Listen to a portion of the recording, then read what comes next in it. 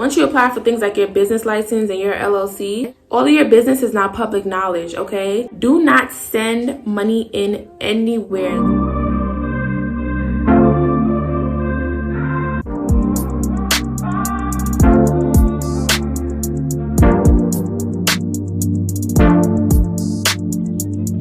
Welcome back to my channel, and if you're new, you should definitely subscribe because I'm a whole vibe, okay? Period. So in today's video, as you can tell by the title, I'm gonna go over some tips on how to avoid getting scammed. Now, of course, we cannot guarantee 100% that we won't get scammed as small business owners, but I have some tips to help you along the way, especially if you're just starting out your business.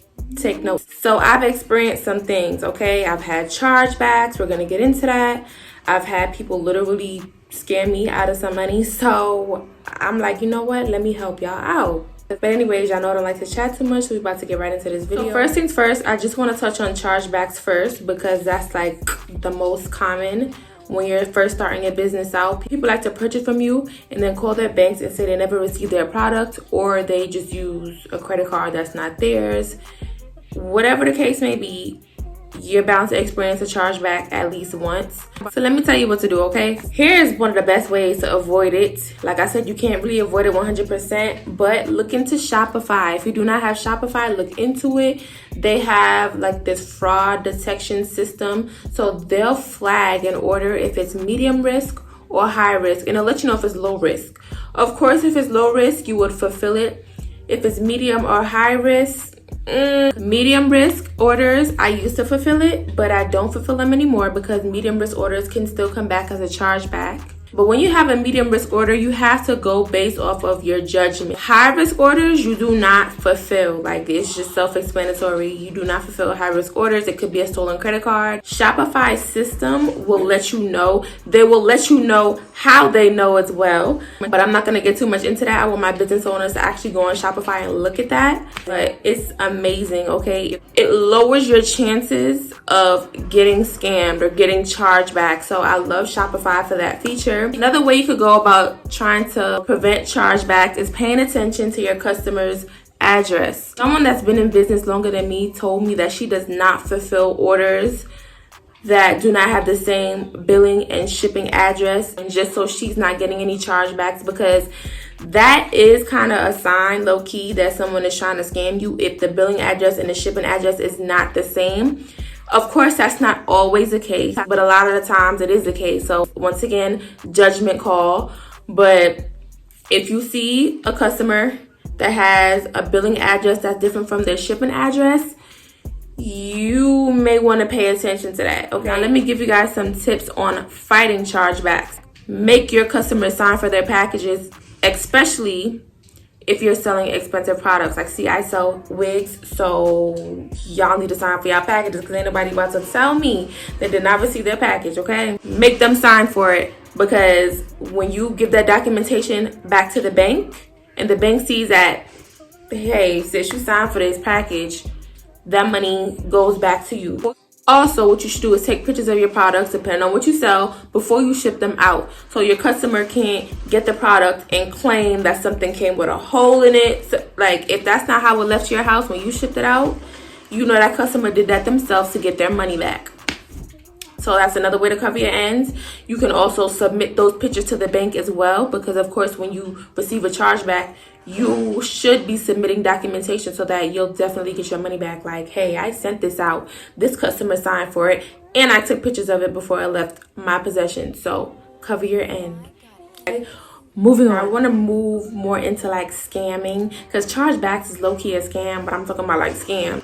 As a small business owner, whether your business is getting some attention or maybe your business is not getting attention and people just feel like they can get over on you. If your business is not getting attention, they're probably going to feel like, oh, this person is naive, they're going to fall for this. If your business is getting attention, people are still going to try it. So you're bound to experience this, so listen up. Now, a lot of people may send you emails or DMs asking to promote your products.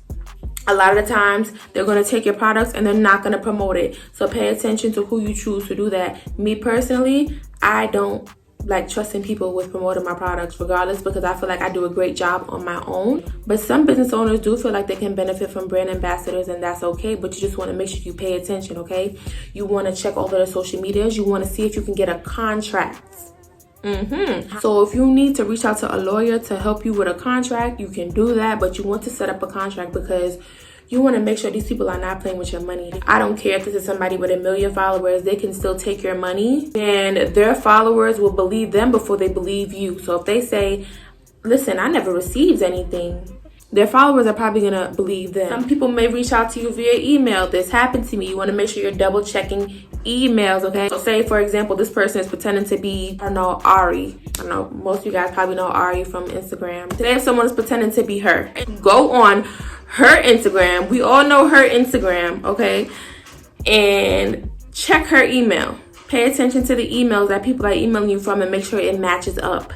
Double check, triple check, whatever you got to do, make sure those emails match up. Also want to go back to their social media and DM them if you have to. Like, hey, did you email me about a promotion? And if you did, I would rather speak via DM. Schedule a Zoom call. Like, you just want to make sure you're talking to who you think you're talking to at all times. Obviously, it's probably not going to be someone as big as Ari, but you guys kind of understand what I'm saying. So double check social medias, like I said, make sure their emails match up. Whatever social media platform you know that they are most active on, contact them on those social medias to make sure that they did reach out to you. So yeah, you just want to be extra careful when it comes to certain things like that, because yes, people do conduct business via email, but you can also easily scam someone through email. So you just want to make sure. Moving on, lastly, I wanted to touch on this because I feel like I need to in this video. Do not mail money in anywhere. I mentioned this in one of my previous videos. Once you apply for things like your business license and your LLC, all of your business is now public knowledge, okay? Like, for example, anyone can Google Melanin Minx and my name will pop up, like my phone number will pop up. It's public knowledge. Whatever you give them, it's public knowledge. A lot of the times when us small business owners get our LLC or our business license, we receive these letters. I've received it. One of my cousins have received it. I've had some of my subscribers tell me that they've received it. Pay attention. These letters are scams, okay? No one is going to ask you, especially after you just finished paying for something. For example, you just finished paying for your business license.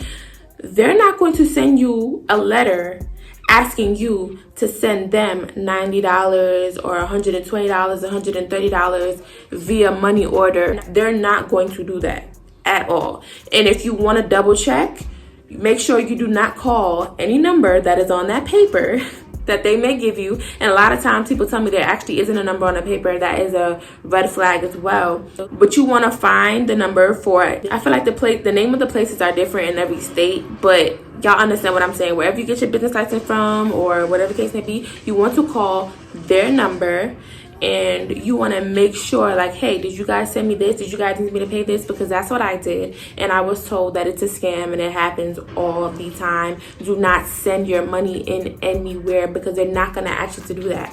Everything is online now, pretty much. Either you go in or it's online. They're not going to make you send in any money unless you work that out with them. Like, so that is a scam. If you get a letter, if you get an email, it is a scam. A lot of times, if you have Shopify, there are people that will scam you and say that they work for Shopify and you missed a payment, you haven't been paying. But when you see stuff like that, you should know, like, how is that possible? Because if I miss payments, my website would not be active right now. Like, my website would not be up and running. That's how I knew it was a scam. And then on top of that, I checked the email. With Shopify, usually at the end of their email is at Shopify. A lot of times when you click on those emails, it is not at Shopify. It is at somebody's Hotmail, somebody's, like, people are just slow. But they don't think that we're going to look at that. We're going to see Shopify. We're going to be like, oh, did I forget to pay my bill? Let me go ahead and pay my bill. Now, when you click on that link and you sign into your Shopify account, they have your Shopify information. They have your login and they have your password. Do not click any links. Okay, unless you double check and make sure that it is coming from Shopify or whatever website you have, because I'm pretty sure if they do it with Shopify, they can do it with any other website domain that you have. Like if you're Bit Cartel, whatever it is, you do not want to click any links until you make sure that it is coming from Shopify. Do not click on any links. I'm telling y'all, that is how they get your information. I almost got caught up once, but then I was like, I paid my bill. My website is still up and running. So what do y'all mean I've missed multiple payments? makes no sense. But sometimes some people will click on the email and be like, hey, this makes no sense. Let me sign into my profile. Let me use this link in this email to sign into my profile to make sure they've been getting my payments. And now they have your login information and everything. So it's really easy for people to scam us these days, because sometimes, like, you're caught in the moment and you're moving fast. You're not really paying attention. Definitely take what I said in this video into consideration when you guys are seeing emails come in, when you guys are seeing letters come to your house, when people are DMing you, emailing you. Just pay attention and y'all should be good. That's pretty much it, y'all. Let me know if y'all want a part 2 or something like that. But this is pretty much everything that I've learned since I've started my business.